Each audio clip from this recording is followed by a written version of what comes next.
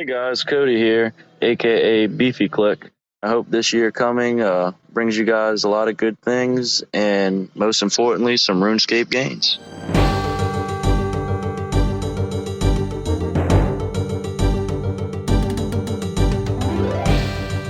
Welcome to episode 207 of the Wilderness Podcast. Is it episode 207? Okay, it is. I had in my notes it's 206, but something didn't feel right. I am your host, Dills, and today, this episode, we are rocking a solo episode. Sometimes I'm like, I want to relive my days in radio, which were like very short. But when I was a radio host, it was just me running the show. So I was like, you know what? We have to bring those vibes back. No, actually, Heartless went dirt biking again and wasn't able to make it. He's really shredding it up. No, he wasn't feeling well. But we're gonna start using dirt bike as the general excuse of why he wasn't able to make it. But that's quite all right because we get to talk about some fun things this episode. So first things first, kicking it off. If you are new to the show, it is a running theme with Jagex when it comes to PvP updates that you can't just have one dev blog and you can't just have one podcast episode talking about that dev blog. No. That is not how you do it. You got to do it how like the YouTubers do it, where they stretch their episodes out to 10 minutes. Well, it's kind of like a partnership. It's an untold, unspoken about partnership we have with Jagex, where they always have to just stretch these PvP updates out to like 7 different blogs. And then we have like 4 or 5 episodes of nonstop talking about these wilderness changes back to back, or PvP changes, I should say. Is not really quite wilderness, which would be very fitting. But my whole point is after the PvP Arena pull blog came out with all the items, we've talked about the actual items. We talked about how they all failed in the pull blogs. And now we get to talk about what the results really were. Jagex kind of made a little infograph. Not really an infograph, but they kind of put some screenshots together of what is going on with the voting. Something that we're not really privy to see. We get to see what passes and fails and by like what percentage and how many votes, but we never get to see like account types, who's voting on what. So Jagex kind of did a little bit of a breakdown of it, and we get to dive into it. And there's some results that I was kind of surprised to see, and other ones not so surprising to see, but we will get into that afterwards. Yeah, definitely. But with that, of course, the double whammy. We're so blessed to get a double whammy when it comes to these. That Discord, the super elite cool club for only PvPers, that Discord server that was invite only, Jagex changed their mind and now it is open to the public. So that's going to be fun. So we're going to go look at that. And I think it's probably going to be one of those things where each week, maybe it's going to have its own segment. What's going on in the PvP Discord server? Because I was going to say spoiler alert, but last episode I talked about when I hate when people say that, and I say it all the time. I don't know. I say it all the time unironically too, so it's not even like me trying to be funny. Anyways, quick little teaser. Within minutes, there's been some very interesting announcements from Jagex. So we're going to look into what's going on in that Discord server. So grab your popcorn, grab your 3D glasses, right? 3D glasses used to be a thing. You used to go to the theaters and they would give you them, and they used to kind of make my eyes hurt. But I'm going for this like movie theater experience, but you're probably in your car listening or at work or something. So anyways, that's not the only blog. And just we talked about the Giants Foundry, this new smithing minigame, this new smithing activity. Minigame has become this like generalized term for any sort of isolated activity. Wintertodt, Temperos, Guardians of the Rift, none of those really feel like mini games. I mean, Barrows, the Barrows brothers, that's like technically a mini game, but it really doesn't feel like a mini game. It's not. It's, if anything, they're like just demi bosses. But anyways, the term mini game is kind of just like activities at this point. I think RuneScape 3 calls them D&D, if that doesn't get things confusing. Not Dungeons and Dragons. Imagine that'd be pretty cool. They call it distractions and diversions, which actually is kind of better. That's kind of better. Distractions, maybe it's a little bit different. They're more of like one-off events. Doesn't matter.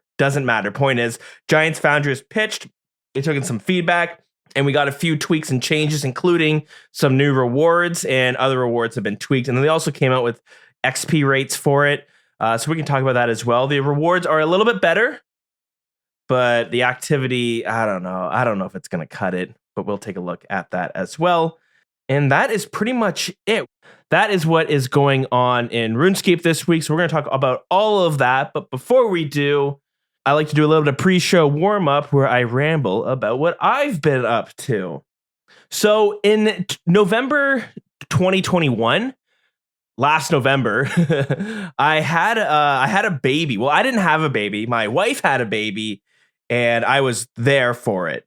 But I get to help look after it, right? I get to be the father figure in its life. It's my baby. Before anyone's like, this is his baby, it's mine.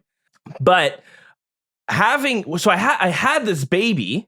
Suddenly, I mean, I think it's quite obvious. You have a baby, you lose a bunch of your free time. But I went through these different phases of looking after this baby. So when he was very small, I was able to hold him in this. It's called a Catan, but it's basically like this fabric. It's like a hammock that hangs from my neck, and he can lay in it, and it's very comfortable for them.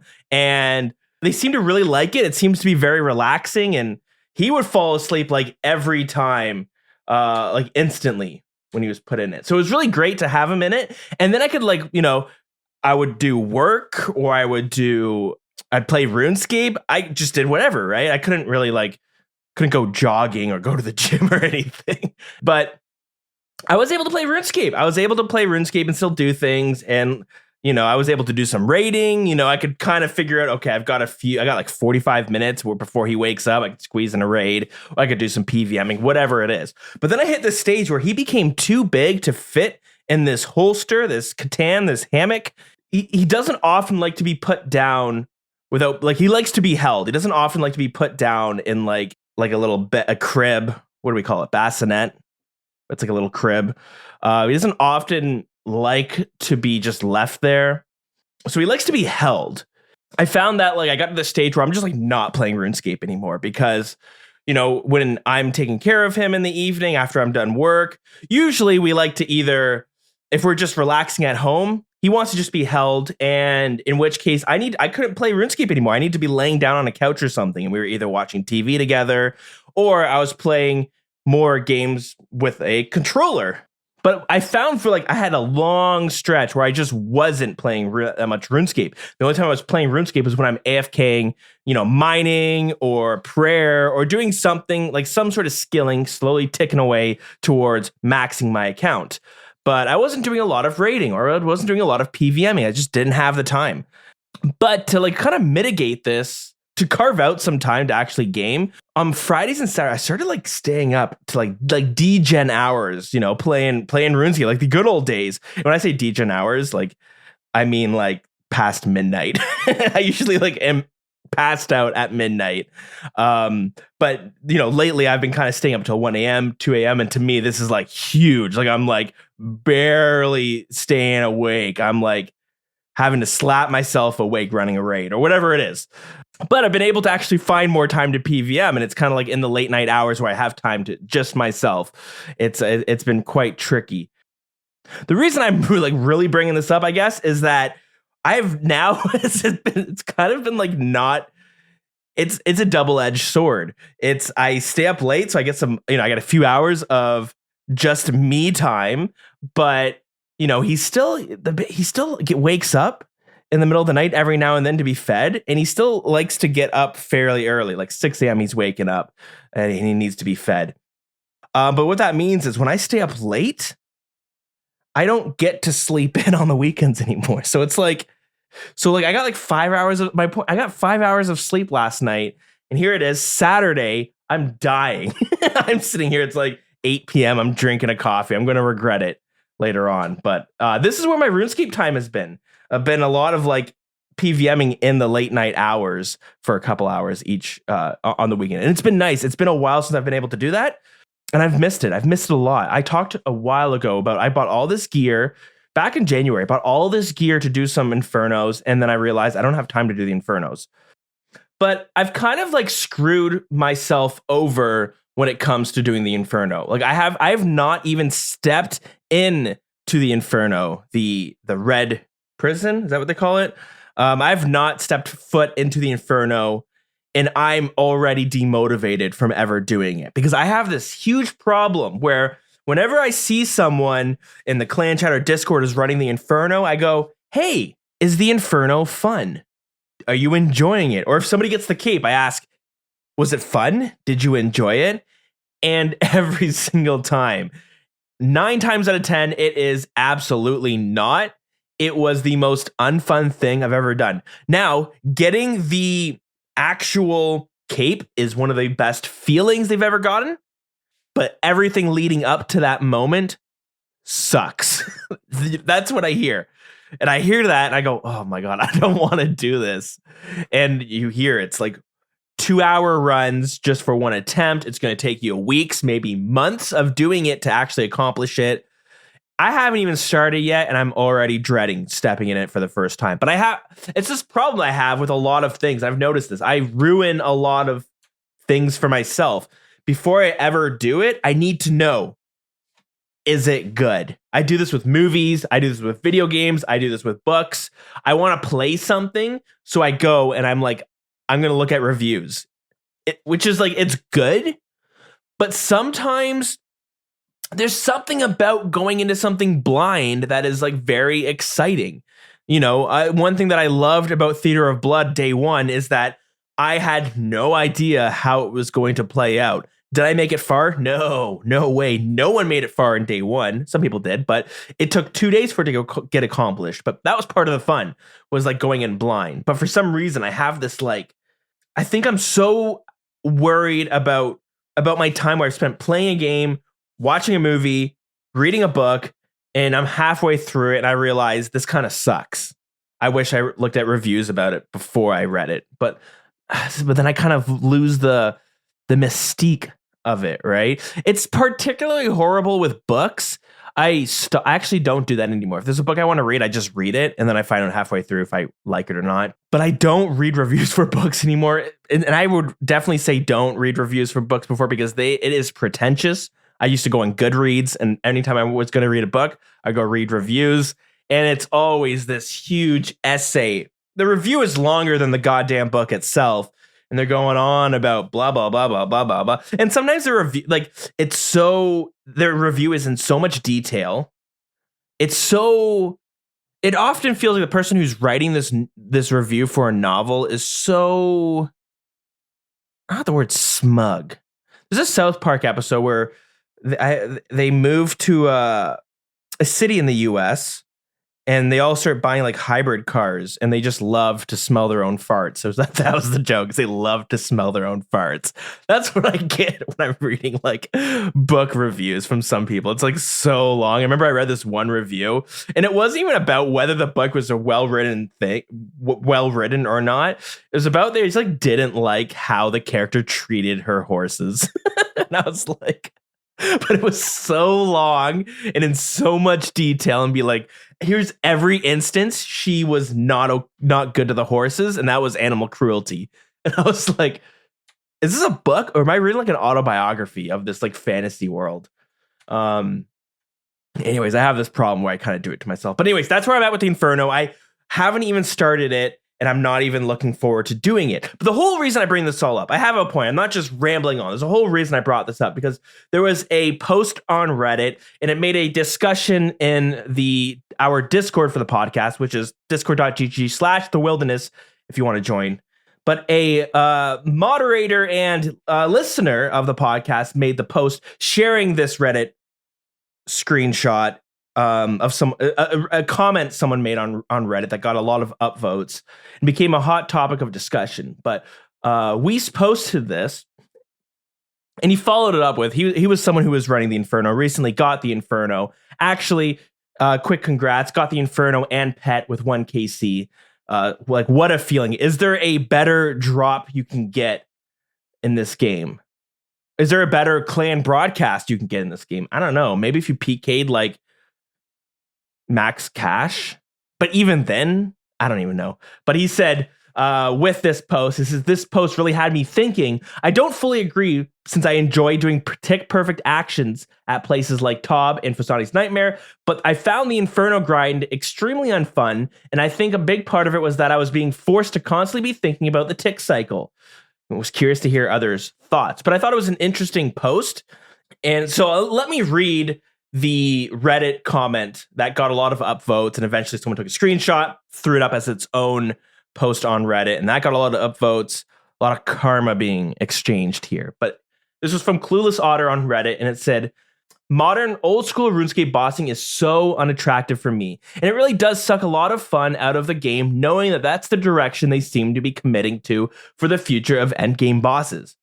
I absolutely cannot stand mechanics where you have to stand on specific tiles during specific ticks, then attack on this other specific tick, and then move to some other specific tile during another specific tick, etc., etc.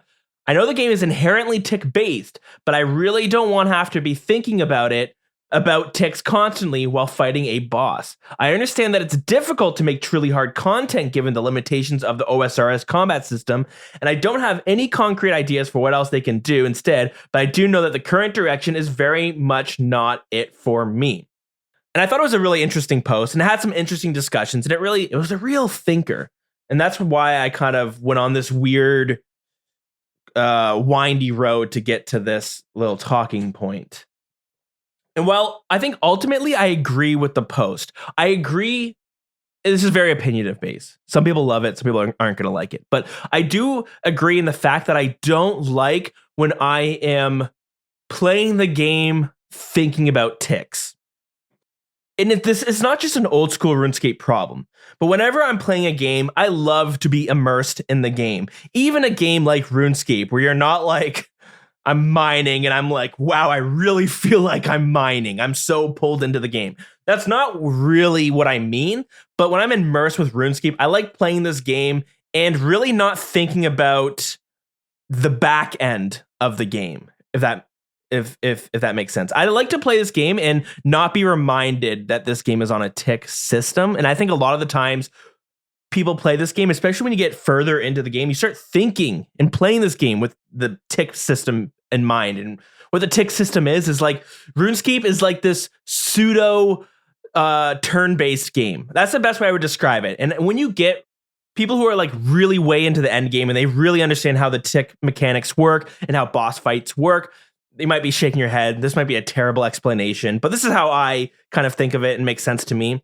A lot of people who play RuneScape, the game feels slow. It feels clunky. It feels like it's kind of always laggy. It doesn't really feel smooth. And I can agree with that. And it's because it's on this tick system where every action is registered on like 0.6 of a second.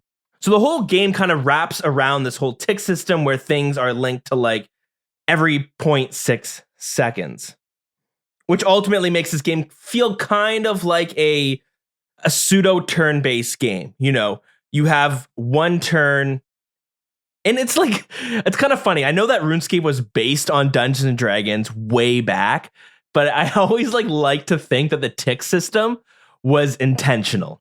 The tick system was done on purpose, it being 0.6 seconds. But like every 0.6 seconds, you have like a turn. You can choose to eat food, and you can move and eat at the same time, like D&D.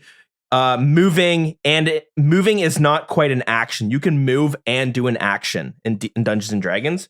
And just like RuneScape, you can move, you can eat, you can move, you can attack, you can move, you can change armors, whatever it is.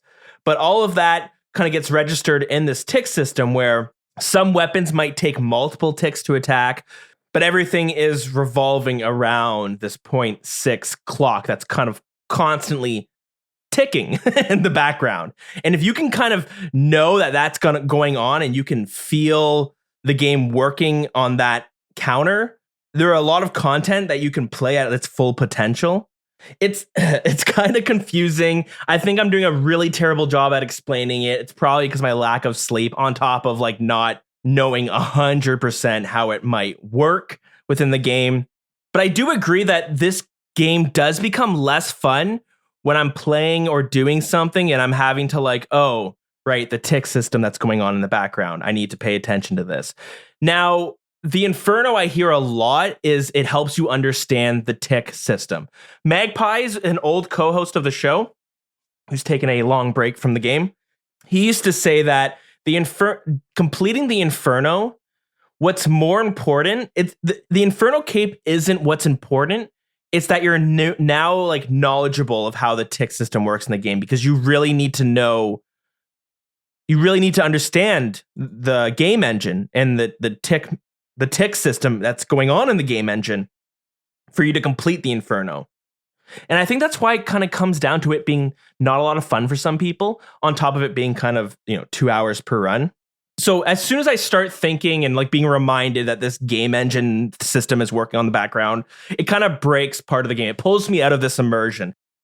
So it's part of the reason why I don't enjoy Chambers of Xeric as much. I do enjoy it. It's very chill and it's fun to do with other people. It's more of like a social experience, but because the fight has been broken down, the final fight, so like it's been broken down, like they figured out the pattern of the fight and you can mitigate most of the damage and most of the damage and a lot of the mechanics of the fight can be avoided because players have figured out how the fight runs on the engine and the tick system. So you figure it out. If we move over here on this tick, then we can avoid the special attack. And then we move over here on this, we can avoid that.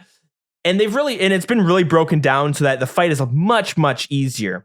But it's become a little bit less fun. And that is one of the big examples for me where I go like, it breaks the immersion a little bit of the game. Like the mystique is kind of breaking a little bit. Whereas Theater of Blood, I don't ever really think of it that way. It really just feels like I'm fighting these monsters. I don't know what's going on, how these fights are working in the engine or the code. I'm just doing the fight. But once that wall of like, oh, it doesn't really feel like I'm fighting this monster. It feels like I figured out how it's running on the engine.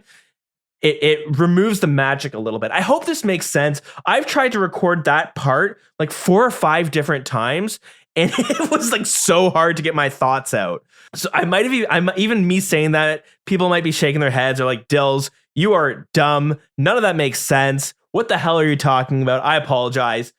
This was so much harder to explain than I thought it would be. Might be because I'm tired, but even with my notes here, it was not working out. But another example that this really happens to me a lot with, where the mystique of the game gets broken, is like resource management simulating games. And I love that genre of games where you're like building cities and you're building villages or whatever, and you're managing your citizens within it. And you have to, some of them need to be workers and some of them need to do this, and that. I love that genre of game, but so often I play the game and I start figuring out that like the game doesn't feel like I'm playing. It doesn't feel like I'm building a roller coaster theme park anymore. It feels like I'm placing these objects that have a fun stat, and I just have to make sure my fun stat is higher than my unfun stat. And I know that, if I don't have bathrooms, the unfun stat goes down. If that's how, like, Roller Coaster Tycoon, I love that game, but I started watching videos that broke down how the game worked and how to min-max roller coasters, and then you realize like everything was tied to this fun stat. Basically, it's not actually called a fun stat, but there's like this number that goes up and down depending on your roller coaster, or if like people died on your park, it's a huge drop down, and it's all about like managing it. But you can know that like, these rides are the best bang for your buck when it comes to rising that number. Whereas you want to make sure this, but you can ignore this part of the game because it negatively affects that number so little that it's negligible. Whereas before you'd be like, well, I should have security guards around because vandalism seems bad. No, you can avoid that because that negative stat is so little, you can counter it easily by having all these different rides. I can't remember exactly how that worked, but it sort of ruined the game for me, where I'm like, I feel like I'm playing a spreadsheet. I don't feel like I'm playing Roller Coaster Tycoon anymore. I feel like I'm playing a spreadsheet because I figured out this, like, what's really going on behind all of these, what's really going on behind.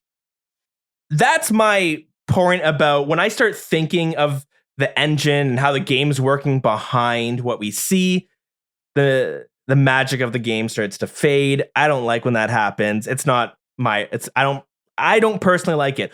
Now, that being said, I know people love it. People love figuring out how the boss works when it comes to in relation to the game engine, and they love figuring out how can they be as effective and as efficient as possible when doing this boss fight. I can totally get it. I think Wooks is a good example of someone who really loves figuring out how to really break apart how a boss fight works, so that they can figure out the best way to kill something.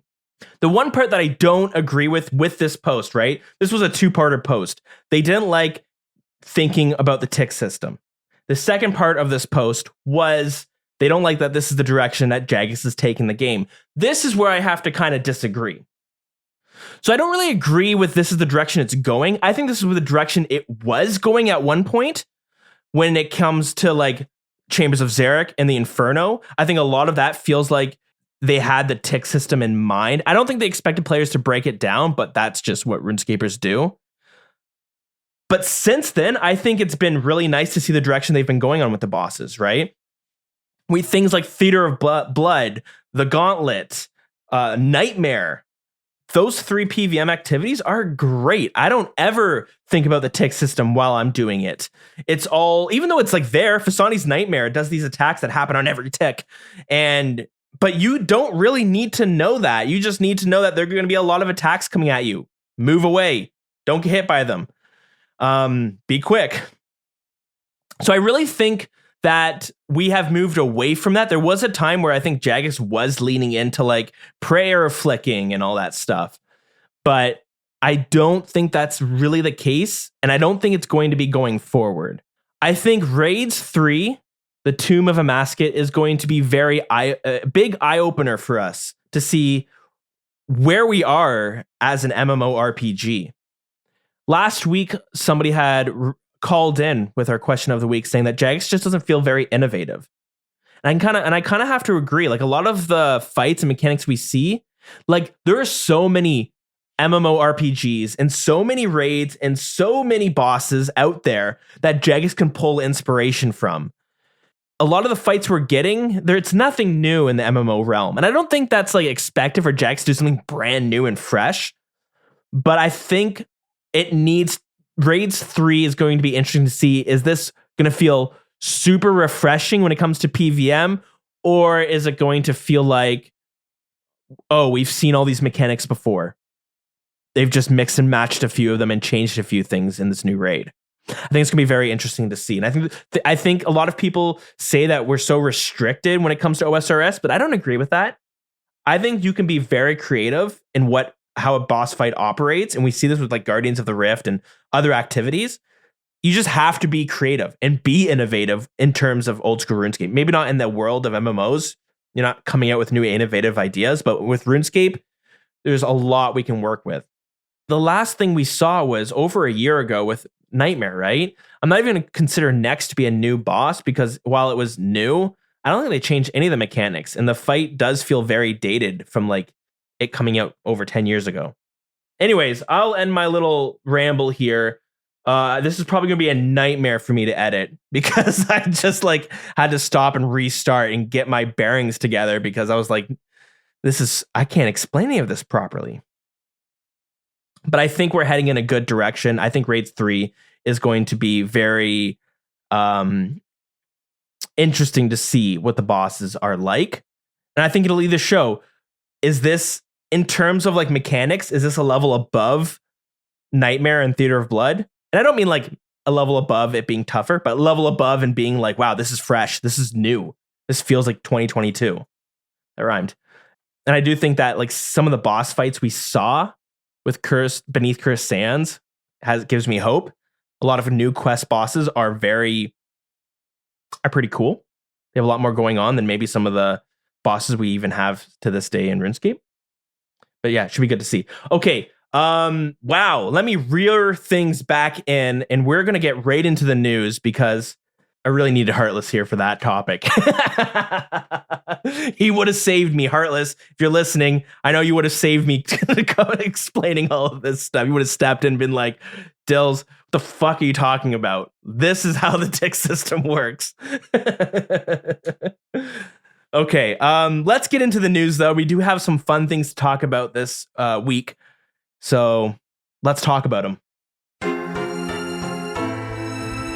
Alrighty, so first things first, let's kick it off with the PvP arena. So if I complained about how hard it was to explain the tick system and my thoughts regarding it and the future of PVMing, this should be even more fun to explain because Jagex released they call it the poll summary blog. We kind of break down the results we saw from the PvP arena. And they kind of showed that like who voted yes and who voted no. Basically like normal accounts, main accounts, irons, hardcore Ironmen, hardcore PvPers. They really broke down the player types to kind of dive into it. Now, the problem is what they show is very confusing. You know, I went through and read they have a lot of pictures. They have 6 different little infographics, 6 little graphs explaining what we saw with it. And some of them just didn't really make sense. And I just thought I was too dumb. I was like, oh, I'm not understanding this properly. And then I'd see other people on Reddit being like, why would they even include this? It's very misleading. So really, I'm not gonna go through every picture, but I'm gonna sum up basically what they said was, I was surprised when the results were shown that a lot of these items failed by so much. I was kind of more positive about a lot of these rewards than most people were. So what this poll blog really showed was that no matter what, these rewards would have failed. There's no spite voting going on. Or even if there were, it didn't matter because it failed by such a large margin that they would not have really been brought into there was no way these were ever going to pass. No matter how high the restrictions were, right? The restrictions were quite low. Now, the only place where it looked like that maybe some spite voting went on to prevent some items passing, it was the cosmetic kits, the blighted sacks. So if you don't know what the blighted magic spell sacks are, when you go PKing, you normally have to bring your runes to cast these spells, but now you can bring these sacks, which are basically this one item, takes up one inventory slot, and will allow you to cast that spell. So we have it for Teleblock, Entangle, Ice Barrage, all that sort of stuff. So instead of bringing 3 runes, or if you're teleblocking and entangling, normally you would have to bring like 5 different runes. You can now just bring 2 different sacks, and you can cast both spells. Which is such a nice, it's a real nice change, being able to like not take up your entire inventory with runes because you want to cast 2 different spells.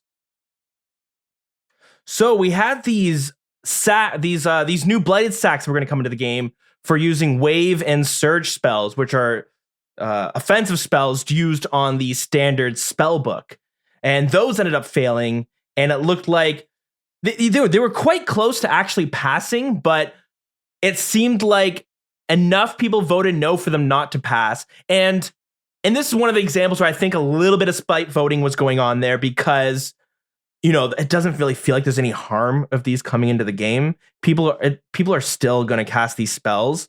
It's just a bit of a quality of life, so you're not taking up your entire inventory with runes. I mean, we have the blighted for all these other spells. Why are we ignoring wave and surge? And then, of course, the third item that falls in the category that would have passed, but it seemed like a little bit of spite voting might have gone on there, was the imbued scrolls for rings. The Berserker, any ring, really. You can imbue them to double their stats. Right now, we're stuck to Nightmare Zone and Soul Wars. People seem to not like that. And these ended up failing from being brought into the PvP arena, which seems a little bit silly because, again, no harm with it no harm with you being able to imbue your items from a third source, right? Soul Wars and Nightmare Zone are not really that much fun to do. So it's weird. It's interesting to see that they didn't pass. So anyways, but besides those 3 items, everything else failed by such a large margin that there's like no arguments really spite voting. And if there was some spite voting, it didn't matter.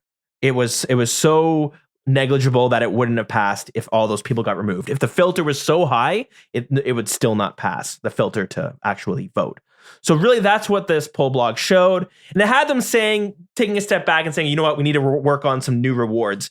And they did a live stream earlier this week where they kind of dived into it a little bit. And It does seem like they're a little bit confused. They're going to be pushing back the release of this PvP arena to see if they can come up with some better rewards, but they will be bringing out the PvP arena, and they said worst case scenario is they bring out the PvP arena with no rewards. They don't want to do that because people aren't going to do it, which could cause this cycle of it becoming dead content. But another idea they had was to release the PvP arena and allow you to earn your PvP reward, the PvP arena bucks. That's what we'll call it, that the PvP arena points to buy rewards. They might allow you to collect those even when there's no rewards available, and then they can come back in the future with some rewards. That's a weird change. I don't know if they just can't think of anything. I don't know. I'm not too sure. It'll be interesting to see what they need to bring out. Yeah, it has to be sort of related to PvP, but it can't. I think people are worried about like new best in slots being PvP. You know, I've been doing a lot of thinking about this, and the rewards need to be both good for PvMers in the wilderness and good for PvPers as well. You know, I had the idea of like, what if there was a suit, like an armor set that was the top and bottom, but it was one piece. It was one piece of gear, and you would wear it, and it would be for both your legs and chest. And this way, it might not have to have the best stats, but you give it maybe decent stats, better than Rune, lower than Barrows, maybe.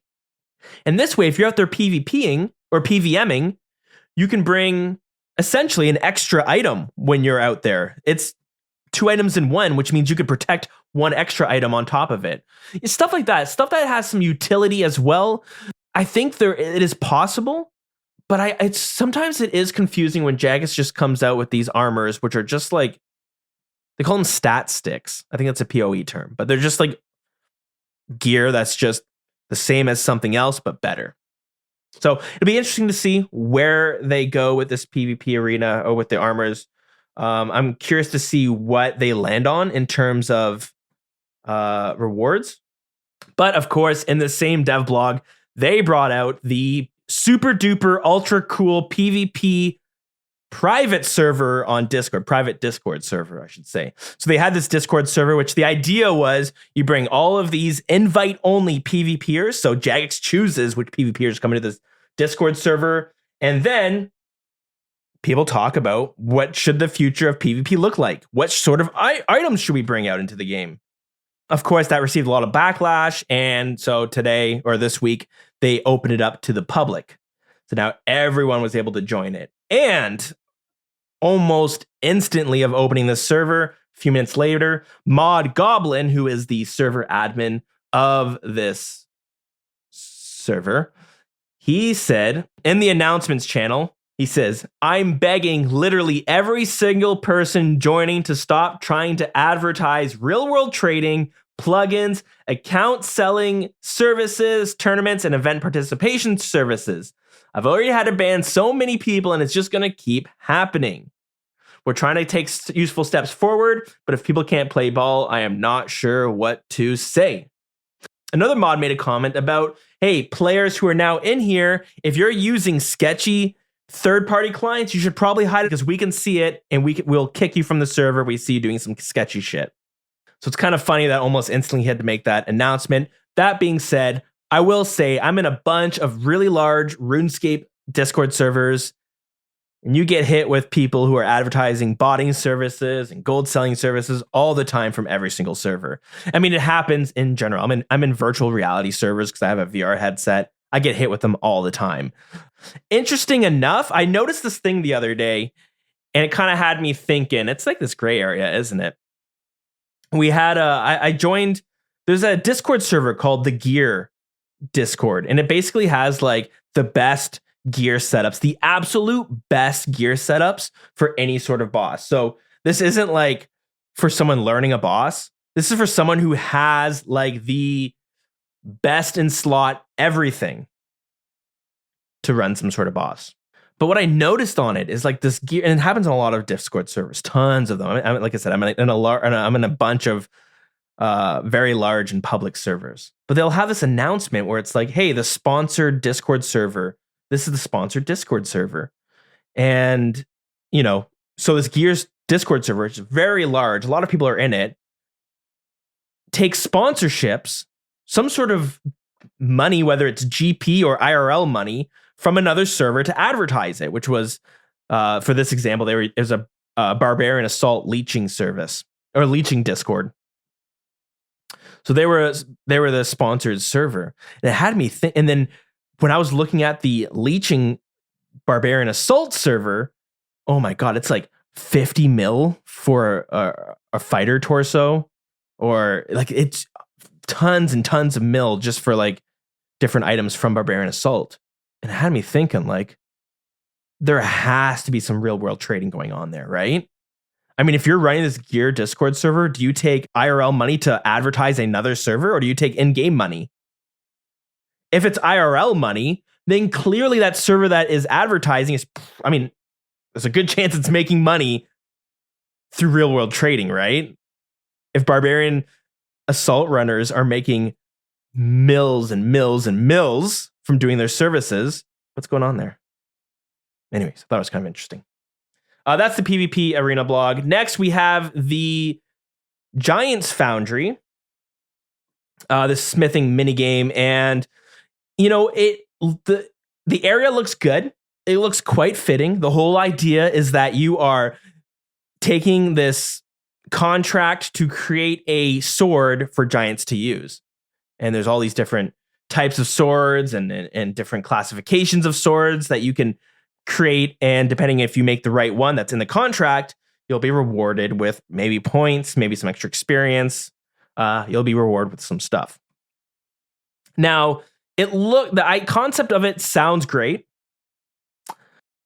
So when we saw the activity in action, it just didn't look like fun. It was a lot of navigating menus and a lot of it just didn't look fun. And anytime you have to navigate menus in this game, it's a pain. Like, I think a lot of us can agree, anytime you have to do some sort of activity within a quest, it's kind of clunky, right? If you have to like fix some engine or some machine in it, it just always feels a bit clunky. And that's what people are worried about. This looks like that it's going to follow the same sort of idea. So they haven't quite tackled that, but what they did was they added some new rewards, because I mean, personally, I felt like the rewards were a little bit meh. Would be nice to have something, worth going after. So they talked about bringing this new smithing outfit, the Smith's uniform, which will be a full set, another skilling set, and it will have a 20% chance at reducing the smithing speed at an anvil by 1 tick. Here we are talking about the tick system again. Jagex doesn't do themselves any favor by always relating to ticks. So each piece adds 20%, all the way up to a 100% chance when you have the full set, which basically means you'll be smithing stuff 15 to 20% faster at an anvil. Yeah, so I saw that. I'm like, okay, that's great. That seems fine to me.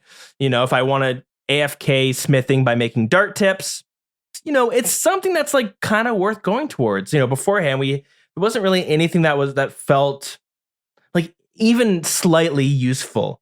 I'm not saying it has to be great, but it's nice when something has some sort of use. Like I mentioned before, I think last episode or 2 episodes ago, I mentioned the Baronite hammer. It's this hammer you get a hold in your main hand, and it frees up 1 inventory slot. I barely use it, but it's just nice for when I'm doing Temporos. Or even the nice thing about having it with Temporos is if you get hit by the wave, you'll lose any hammers and buckets you have in your inventory, but you won't lose the Baronite hammer. So even for that very specific use, I'm like, yeah, okay, I'll get it. It'll come sort of handy like one time. The next reward that we're seeing is that they will allow you to combine the ice gloves with this smithing uniform glove. And this is because if you're doing blast furnace, you need to have your ice gloves. So this will allow you to use this, 1 smithing glove for every activity, basically, that requires smithing. Next is the Colossal Blade.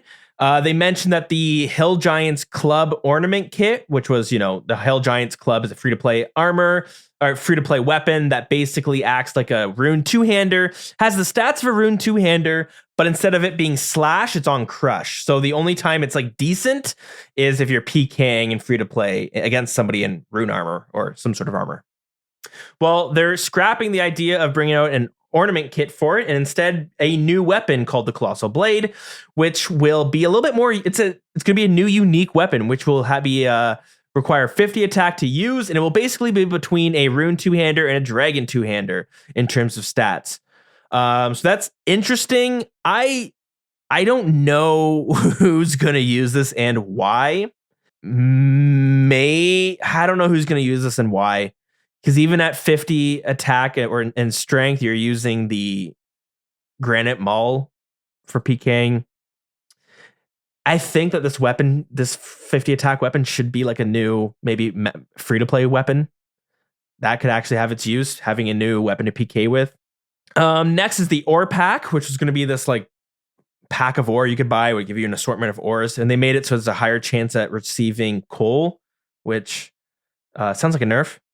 And yeah, that's pretty much it. And they teased about some XP rate. So we're seeing that it is between 75 and 85,000 per hour at the highest tier, which is, to be honest, that's pretty low. I think that's like just above AFK Addy Darts, and it is way under doing Blast Furnace, which is like over 200k an hour. So I think the problem is that this looks like it's going to be unfun, not AFK, and not great experience per hour. So that's, I don't know. That's going to be a rough one. And they've talked about maybe even adding some mining within this activity, since smithing and mining tend to go hand in hand, and could add a new dynamic to it. So they're looking to see what they can bring with this new update. But of course, with this update will also be a new quest called the Sleeping Giant. And yeah, you'll have to complete this quest to get access to this foundry. So yeah, all of these items are being pulled along with the other, the old items, the 8 cannonball mold, etc., etc. The concept art for the smithing's outfit, looking pretty good, killing it. This new armor design looks really great. Even the colossal blade, this 50 attack two-hander, looks pretty awesome. It has the person looking like Tryndamere from League of Legends. Very cool stuff. So there it is, the Giant's Foundry. And guys, that is pretty much it for this episode. I'll be honest, it feels like my brain's not fully working today. It might be it's too much RuneScaping last night. So, but I hope we got through that pretty well. That's okay. I have got some help coming up after the break, because we got some callers who called in with their messages. So we are going to take a quick break, and then we will come back and hear from those callers. We are heading on over to the Grand Exchange, which is a segment in the show where I tell you how you can support the show. Now, before we get into Patreon and all that fun stuff, one way, if you've been wanting to support the show, but you don't want to sign up to Patreon, or you don't want to go on Buy Me a Coffee to pledge some money, but if you still want to do something to help the show for whatever reason, you can go to Apple, if you listen on Apple Podcasts, and you can leave us a review and a rating. And it really helps with the show visibility for anyone who's looking for RuneScape podcasts. And it helps me it's great feedback. I look at all of them. So it's great to hear what people actually think of the show. But anyways, if you want to sign up on Patreon, we do have a Patreon, which is patreon.com/The Wilderness Podcast. And one thing that our top tier supporters get is they get a shout out on each of the episodes. So I want to thank Yolfi Ferrick, Strosity, My Lord, P. Jackals, Mallard, Spleemo, Szechuan, and Yay Fiber for supporting the show. And I want to thank everyone else who is on our Patreon for supporting the show as well. It means so much. It's quite overwhelming. But if you don't like Patreon, some people don't like Patreon. I'm learning this. Some people just don't like Patreon, which I can understand. But if you still want to support the show monetarily, you can head on over to buymeacoffee.com/dills, where you can make a one-time donation instead. So thank you to 2JZ Soup for keeping me caffeinated this week. And of course, maybe you want to sign up for the premium service of Discord. They've got, Discord Nitro, I think it's called. But Another way you can support the show is by boosting the Discord server. And anyone who wants to join the Discord server, it's discord.gg/thewilderness. And if you've been hanging out here, you would have seen that there was a heavy discussion of coffee from a few coffee enthusiasts. So that would have been something you may have missed out on if you weren't in the Discord server. But anyways, I have to shout out our Discord server boosters for making our Discord server that much cooler. So thank you to CatBarf67, Chick, and Battlestabs. Thank you guys so much for boosting that server. Okay, let's get back into the show. So, on episode 206, I asked everyone, what is your favorite and least favorite quest in old school RuneScape? And right out the gates, I have to say, we're like 7 episodes into this call-in segment, and I love it. And I am so blown away people call in at all, let alone every week we have calls to play. That's crazy. You guys are crazy. No, but it's so awesome. It's quickly become my favorite. So first out the gate, we are going to hear from Matacause1. The Wilderness Podcast hosts and community. I've prepared the following message for your listening pleasure. I hope you enjoy. Hey Dills, Heartless. I loved the last pod as usual. Welcome back, Heartless. Although it sounds like you might be gone again for this pod. Oh well, but hi if you're there. So first I want to throw out an idea for the next raids, what Dills was talking about. What about the Cosmic Entities plane, or Xanaris, or something having to do with the fairies? To me, that honestly seems mega cool. Okay, so this week's question, my favorite quest. I think I already mentioned it, but Desert Treasure, 100%. It's the perfect level of difficulty, in my opinion, to feel achievement, but not too hard, where like a somewhat noob can't beat it. Of course, you have to have like a certain level to beat it, but it doesn't take forever. For example, it's not an end game content. And then also you get to explore a ton of the world, which I always like. My least favorite, definitely Shield of Erev. It's just kind of unexciting and annoying to find a partner for in general. So anyway, can't wait for the next pod. Hope you're there, Heartless. Dills, if not, you do a great job solo. See you guys. Thank you, Matacause1. And you are spot on about Heartless being out this week. But don't worry. Next week we'll be in full force. Fingers crossed. Let's first things first. A raid on Xanaris. How do you pronounce it? Nobody knows, but I'll give you both the proper and alternate way of pronouncing it, and then you can decide which is the proper and which is the alternate. But I love the idea of like cosmic planes, right? Xanaris is, if you don't know, it's supposed to be like the moon of RuneScape. So when you go to the world of the fairies, it's not even on this planet, which is kind of interesting. But we see some really cool things when you look at like the cosmic planes, or even just like really, there's some really psychedelic areas in this game. Like when you think about the lunar quests I think you're going inside like a dream world. That's pretty whack. Like, there's a lot of cool stuff you could do there. And I think one thing that I kind of wish that they would pump out more raids. A lot of games have tons of raids, but part of me why I'm always like, I want more raids is because I want so many different themes. I want someone to be like, anyone raiding tonight in the clan chat or the Discord? And you're like, yeah, what do we feel like doing?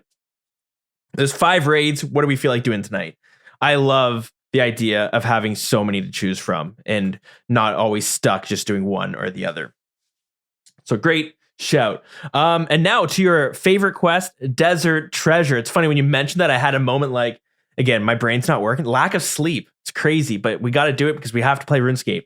I was like, oh my God, did I already ask this question? I went up and looked. This is gonna be a time where I ask a question. Someone's gonna be like, yo, you've already asked this. I'm trying my best to keep track of it. Desert Treasure is a very cool quest. Yeah, it has you going all over the world. And I'm going to like say this comment. Anyone who like listens to, there's so many, I don't know anyone who would go back and listen to all the episodes, but I say this all the time. One thing, what's so cool about RuneScape is that you are constantly, there's not really end game areas, with like World of Warcraft and Guild Wars 2.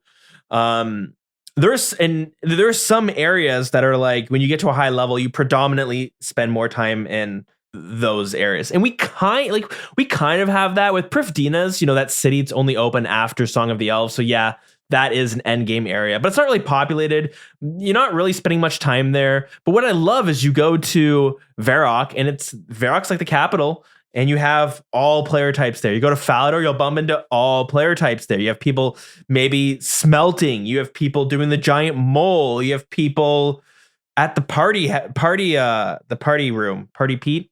Anyways, you know what I mean, that party area. You might have someone running around doing mahogany homes, and they're all assortments of different levels. Like every city has activities to do for a wide range of play styles. And Desert Treasure and tons of other quests that have you going all over this world is what's amazing. World of Warcraft, there are zones that are beginner zones. We have Tutorial Island. That's it. We all go back to Lumbridge over and over and over again. It's why I kind of like clues. I love the idea of clues. You're going all over the place. You're visiting areas that you haven't gone to in a very, very long time. And yeah, so Desert Treasure is a really cool quest. It's epic. The rewards for it is insane, right? You get the ancient magics. When I was younger and I unlocked ancient magics, you're just like, holy crap, you can now cast these spells that hit in a 3x3 area. It's just an AoE attack. Are you in it? It does a lot of damage, and now they can't move. On top of that, I can heal myself. And then you have smoke and shadow, which nobody really knows what those do, but they exist. And you might use one of them for Sire, but they often are ignored. I think one of them poisons, and the other one like drains your stat. What do they do? Yes, so smoke does some poison. Okay, yeah, and then shadow reduces their attack. That's really that one's kind of a stinker, isn't it? But yeah, and then what is so cool about Desert Treasure is that I forget when, but I think when you have some of the orbs, you have that stranger that randomly pops up no matter where you are, and you have to fight them. It's like this assassin that's sent out to kill you, but it can actually kill you. If I'm not mistaken, its damage is based on what you're wearing. So if you're kitted out, he could pop up and be like, bam, you're going to get hit for a lot of damage. And it's like a random event that's really dangerous, but it's also when it happens, it spooks you. Where the fuck did this guy come from? You know what I mean? And you could be at the GE. It doesn't matter where you are, it could pop up. Really cool stuff. Least favorite, Shield of Arav. I also have to agree. I mean, I don't think it's my least favorite, but it is annoying having to find someone else or even having someone to help you. And there's a way to do it solo or with your own account again, but it ultimately sucks. And again, this is an old Jagex goes through these themes where they're like, this is an idea. And then they're like, that was a bad idea. Let's keep it in the game, but never do it again. Well, we'll do it one more time with Hero's Quest. Although Hero's Quest, I remember trying to find someone and it was heroic. Can I just give a shout out to those quest lines like Champions Guild, Heroes Guild, and Legends Guild? How cool was it to access those for the first time, right? Completing Heroes Quest and you're like, shit, I'm a hero. That's kind of cool. And then there's a blue dragon down in the basement and you're like, yes, please. And you unlocked the dragon battle axe, which you're like, this thing's awesome. It boosts all my. I'm bringing this everywhere I go. And then you had the Dragon Mace, which was like a shittier version of a DDS, but still kind of cool. So that was awesome. And then you had the Legends Quest, which, by the way, I still have a bunch of Legends capes in my bank. I never use them. I have no idea when I'll ever use them. I won't. I probably won't because I can use Mystic's capes in place of it. But Legends cape. Oh, the Legends Guild is iconic, right? Dragon Square Shield. I think that's it. But man, those quests made you feel like an actual legend. Anywho, Shield of Arav. It's funny that you're uncovering this relic. I think it's from the 4th Age. From I think his name is Arav, right? Shield of Arav. And it's actually who Varrock was named after. Avaraka was the original name in the Fourth Age. I might be mixing some things up. I'm going off memory here. So you'd think the quest would be a lot cooler, and the idea of like choosing. I mean, I love in games where you have to choose between two factions, right? When I played World of Warcraft, Burning Crusade, you get to, was it Shatra? I can't remember the names of it. But you had to choose between the two factions there. Oh man, anyone who remembers the story of Jimmy? Throwback, right? The story of Jimmy. I'm charging my fireball. I'm casting my fireball. Don't go back and watch it. It's not funny like it used to be when we were younger. I went and watched it the other day because I was like, I loved this World of Warcraft video. And it was funny back then, less so today. But I love when you get to choose factions and you have to like, you make this choice. But it doesn't really matter between the Black Arms and the Phoenix Gang. They both suck. They're both shit. It doesn't matter. Matacosmon, thank you so much for calling in. All right, and next up we have Lowballs calling in. Let's hear what he has to say. Hey guys, Lowballs here again. I was calling in to let you know my least favorite OSRS quest, which is easily Sheep Herder. It's a really tedious test, not fun at all, terrible rewards. Not really sure how that's a quest. Would really like to see it removed from the game. But my favorite quest is actually Recipe for Disaster. I really like the concept of the quest. It celebrates the 100th quest in RuneScape and also has one of the best rewards in the game, which still holds up. I think it's just a really, really well done quest. I know a lot of people don't like it because of the requirements, but I really enjoyed it. But I wanted to get your thoughts on, should the old school team add quests that are already in RS3 into the old school game? I would really like to see something like the White Knight quest line wrapped up, which is something that RS3 has already done. And I feel like it'd be really easy for the old school team to adapt the RS3 quest into the game. But I know a lot of people are against adding RS3 content in old school. So I'd love to get your thoughts on that. Keep up the great work. Bye. That's so funny. Sheep Herder is a horrible quest indeed. Mainly because like it's an entry level quest, so you're expecting to be in and out. Okay, I'm gonna shave some sheep, like sheep shearer. I'm gonna bake a cake like cook's assistant. But no, this one you have to do this janky of poking these friggin' sheep into this pen. It's very annoying. I don't think anyone would be unhappy with moving it. It's funny, as you said that, I was like looking it up. What did RuneScape 3 do? But at a glance, it looks like nothing. It's still in RuneScape 3, and it's probably just as bad. And Recipe for Disaster. Wow. Talk about like an epic quest, right? That is a unique quest. One of the most iconic items in the game.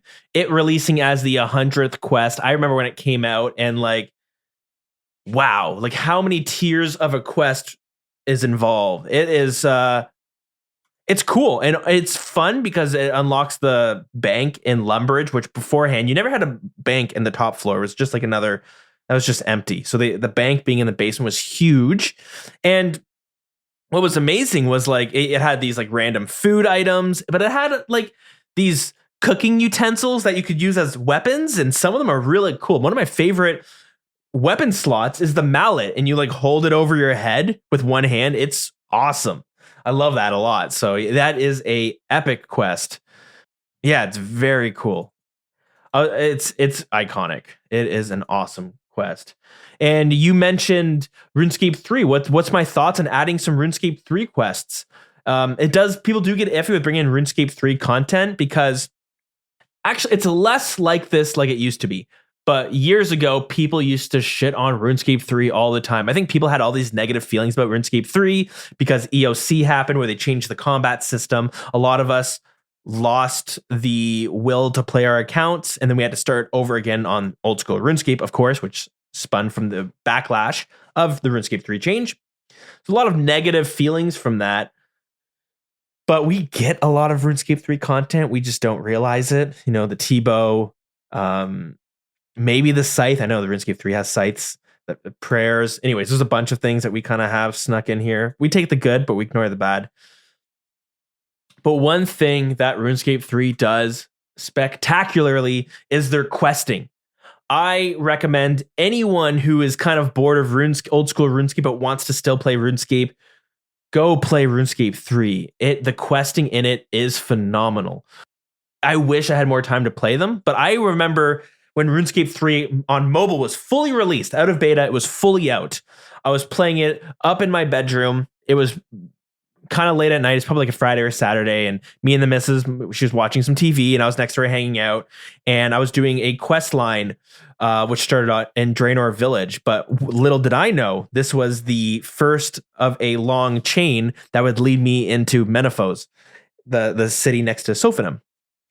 And I started the quest, and the first one was okay. It was whatever. I didn't use a guide because they've updated the way quests are in RuneScape 3. So, while we have either no quest helper, and the quests are very difficult. They can be kind of hard to find to the point of being very tedious. And then we have the quest helper, which makes everything, you turn your brain off, you click where it tells you to click. It's, it all highlights blue where you need to be going. RuneScape 3 has this, their quests are right in the middle. So there is a quest helper built in, but it basically just shows you areas you need to go. If you need to go talk to someone, it will show you the town or the area in the town you need to talk to this person, but it won't necessarily tell you exactly where that person is. You got to go find them. And I love that system. I would love to see this in old school RuneScape because it's easy enough that I don't feel like I need to go on Wiki, or I don't need to go on YouTube, or I don't need to find some third-party quest helping system. It's easy enough that I can do it myself, but still hard enough that I need to be paying attention. Okay, I know I need to go talk to this person in this part of the city. I don't remember who I need to talk to. So you can look at the quest helper, and you can look at your quest, the quest summary, and it might tell you who you're going to talk to, just like it would in old school RuneScape. But it makes it very engaging. And I'm actually paying it. And the writing is great. There's sometimes voice acting, and the voice acting is good most of the time. There are some quests that actually have very terribly voiced characters, but I think that was in their early stages of voice acting.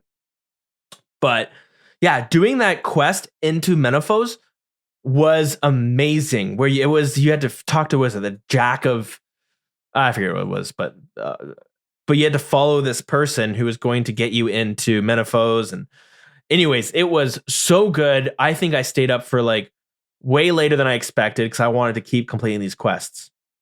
So all that to say, I love RuneScape 3 quests. I think they're really good. And I know that there are some quests that are amazing. Like when Gothic sleeps, I haven't done it. I have heard from so many people that it is a resoundingly epic quest on the scale of like maybe Dragon Slayer 2 or maybe even more. So I would love to see some of that stuff eventually. And they even had this quest that come out, which was this big quest for the Elder Gods. It was called the Elder God Wars Extinction. Like, what the hell? Right? This is Elder Gods, which are a level above Guthix, Sarah, and Zamrock. And I was like, I saw a trailer for it on like TikTok or something. And I was like, that's sick. I need to know what's going on there. So I went on Reddit, started talking to some people, tell me what's going on in this quest. And everyone was saying that it's really epic. And like basically one or multiple planets got destroyed because of these elder gods that were waking up. And they discovered there is a tier above the elder gods. And I was like, fuck, I want to play RuneScape 3 and do those quests. But it's a monumental task to do that. And I like playing old school RuneScape. And who has time to play all these different RuneScape versions? There's only 2 of them, but you know what I mean. Yes, I would love for some RuneScape 3 quests to come in. They have great writing, really good writing. All right, guys, thank you so much for calling in. But we got 2 more callers, which are separate from the question of the week. Like I said, you can call in for any of the previous questions, or you can just call in not related to the question. You can just to say whatever it is. So first, we're going to hear from Ash. Could this be Mod Ash themselves? Let's find out. Hey Dills, hey Heartless, if you're back from your adventures. First time caller, long time listener, Ash here. I'm not really active on RuneScape at the moment, but I still listen to the pod. So you guys are obviously doing a good job. Funny story. I'm not going to answer the question because I'm a couple episodes behind. But I was in the drive-thru the other day. The sun's beaming down, windows are down, it's nice and hot. I'm in Dutch Bros getting a nice drink, and I'm in a long line as always. Listen to the podcast. I turned the volume down a little bit because I was a little bit embarrassed listening to a RuneScape podcast in public. And I thought, you know what? I'll play it loud, play it proud. So I did. I turned it up, and Dills is rambling about how he once nicked his balls while shaving, and the new Manscaped product is so good at getting those hard to reach places like your gooch, and they have a light attached and all these things. And I'm just kind of mesmerized at the time because it's super interesting, right? And then I look to my left and I see the lovely gentleman ready to take my order with his iPad ready. And I don't know how long he'd been there, but I was basically just sat in the car listening to a random man talk about shaving his balls. So, yeah. But I'd already decided to not be embarrassed. Anyway, guys, great show. We all love you. You do a great job. And keep up the good work. Ash, thank you so much for calling in, and I apologize. I can get a little off the rails sometimes, which is why it's so important for Heartless to be here to bring me back in, to ground me, so I'm not going off on some tangent about something questionable. But on a side note, look at that. Manscaped still getting shoutouts, and they've been ghosting me. What happened? What did I say that they didn't like? Ash, thank you so much for calling in, and cool to hear that you're listening even when you're not even playing RuneScape. That's great. That's super flattering. I've done that for other shows. You know, if I'm playing games that I've stopped playing, but I'd still listen to their podcasts, and it's like super. It's really cool to hear that people are doing it on the other side. You know, as someone who's been in that spot, to hear it on the other side, if that makes sense. But awesome. Thank you so much. That's what you get for turning up a RuneScape podcast. You're never going to make that mistake again. One time I was listening to this podcast, and it's a podcast called Sick and Wrong. And they used to just talk about like weird, it was just like a weird show. Like they would talk about like weird pieces of news, like they got into like some very bizarre topics, which actually is funny. They had a call-in segment, which was always like my favorite segment. And that's why I always want to bring it here, because I loved it from that show. But I remember when I was working in construction, I used to listen to, when I worked on this one site, you would have these, I'd have bosses that all like kind of operate. They had different rules. And one of them was like, you're not allowed to have any headphones in whatsoever, even if you're in a house. It makes sense if you're walking around the site, right? You need to be able to hear if there's some sort of machinery going on around you or whatever it is. It's a busy site. You got to be careful. You don't want to get run over by something because you weren't listening. But when I'm in a house by myself and I'm like cleaning or doing something and no one's there and there's no one coming in, sometimes they were like, yeah, even there, you're not allowed to wear headphones. So I would sometimes not wear headphones in there, and I would just have my phone. I would be listening to it. And I was listening to that podcast. And usually it's like they're just talking about whatever. And it's fine. They're talking about some weird news and whatever it is. Someone smuggled a bunch of meth up their butt and the bag split open and they possibly had some sort of like overdose from meth.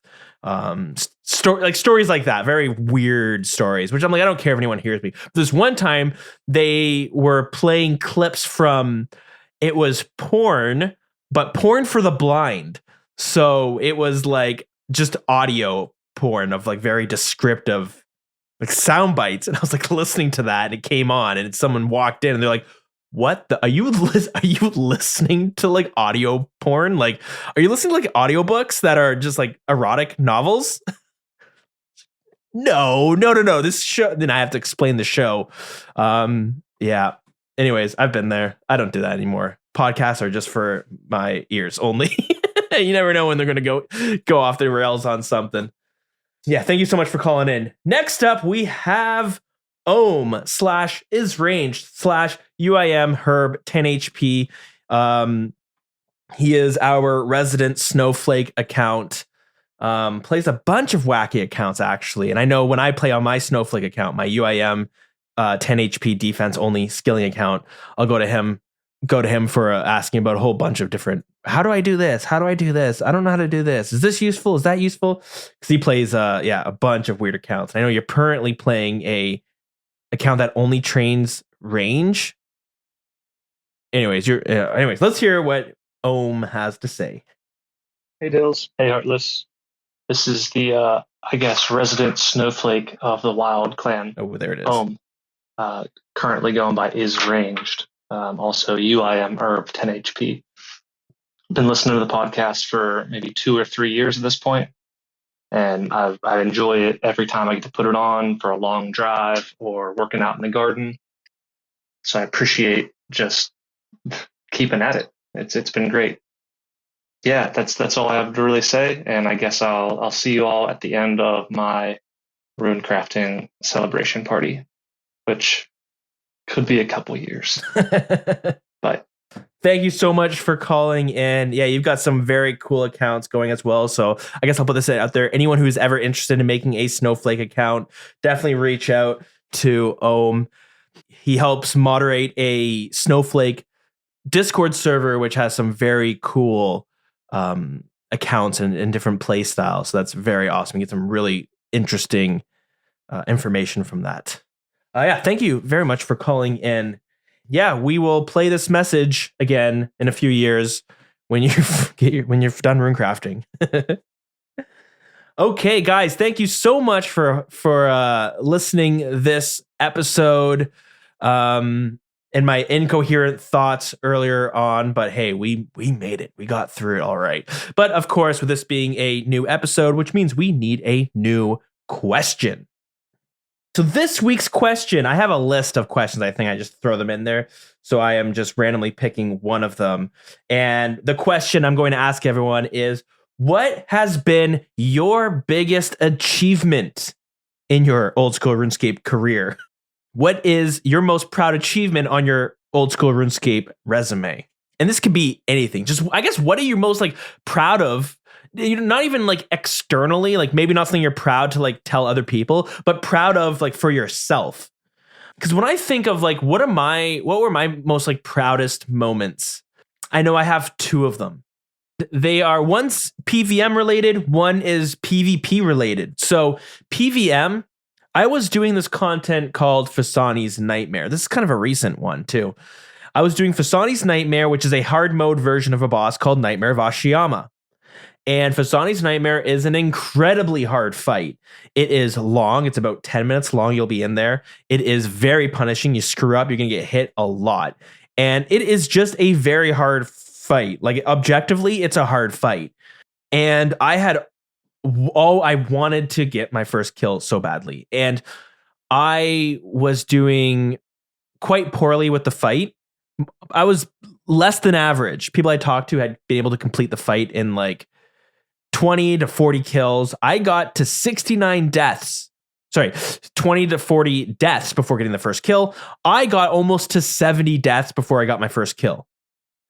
And I remember when I finally got that kill, I was so happy. I was shaking. I had the Jad hands. During the last phase of the fight, I could feel my heart pounding. You feel it's like when you're doing Jad or the Inferno, you can feel your heart pounding and it vibrates through your whole body. I finally got that kill, and I felt so friggin' awesome. I felt so good about it.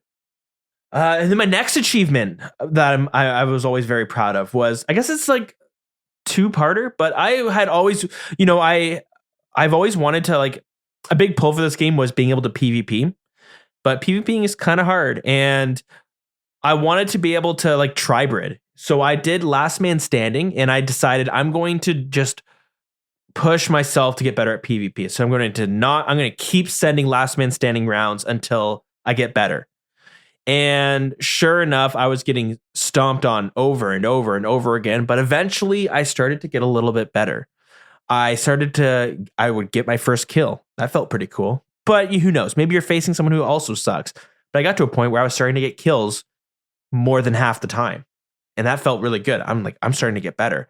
So the thing with PvP, it's kind of similar to PVM, where there's not necessarily a level tied to it, but you'll just notice, hey, I'm starting to just do better consistently.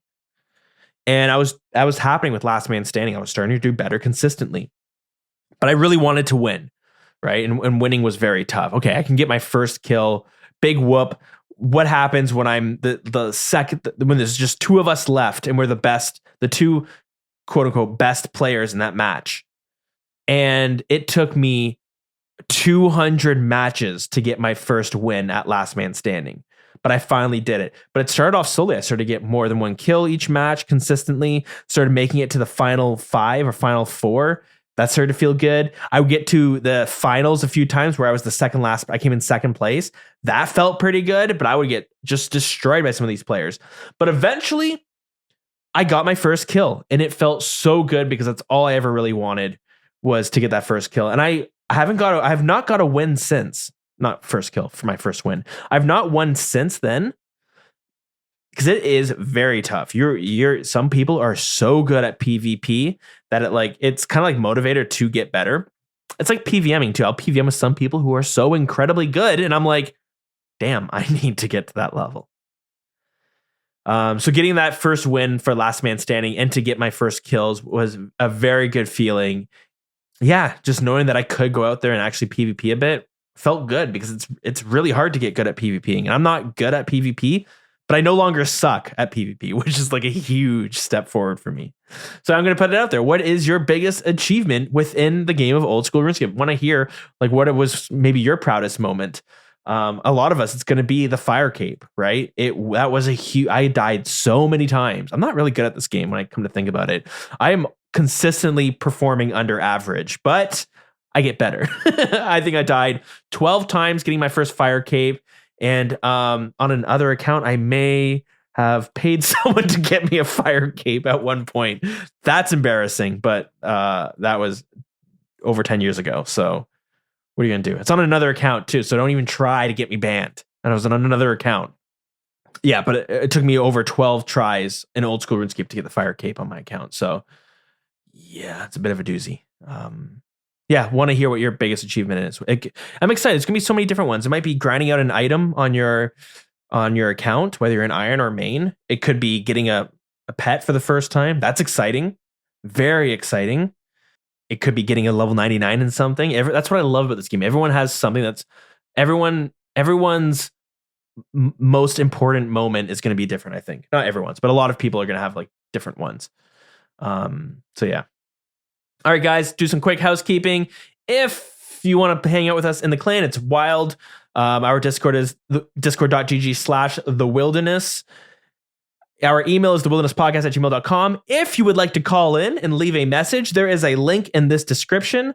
And this will bring you straight to the question of the week, but you can leave an answer to any of the questions, or you can just call in for a general message as well. That is quite all right.